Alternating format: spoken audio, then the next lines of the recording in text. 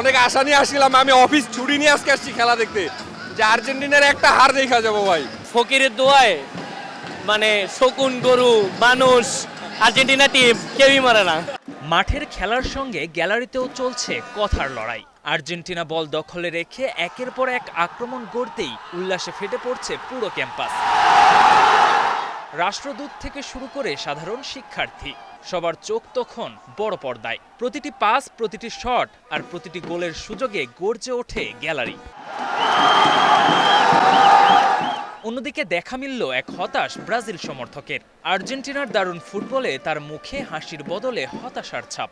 এই যে আর্জেন্টিনার সাপোর্টাররা যে 7 আপ করে, এটা কিন্তু আর্জেন্টিনার কোনো অর্জন না, এটা জার্মানির অর্জন। তবে খোঁচা দিতে ছাড়েননি এক নারী আর্জেন্টিনা সমর্থক।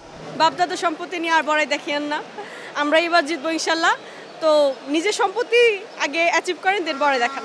আরেক দল আলবিসেলেস্তের সমর্থক বলছেন, এই দল শুধু এক মেসির উপর নির্ভর নয়। মেসিকে ছাড়া নাকি গোল হয় না। আজকে প্রথমার্ধে আমরা দেখলাম যে মেসিকে ছাড়া কিন্তু 2টা গোল হয়েছে, তাই না? তো ওভারঅল সবার খেলা ভালো। এক্সপার্ট ইঞ্জিনিয়ারদের দক্ষ হাতে দেশের মানুষকে প্রতিদিন সুরক্ষিত রাখার প্রত্যয় নিয়ে এলো safe circuit breaker.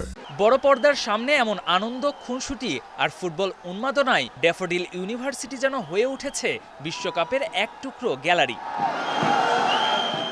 KM Sony, star play.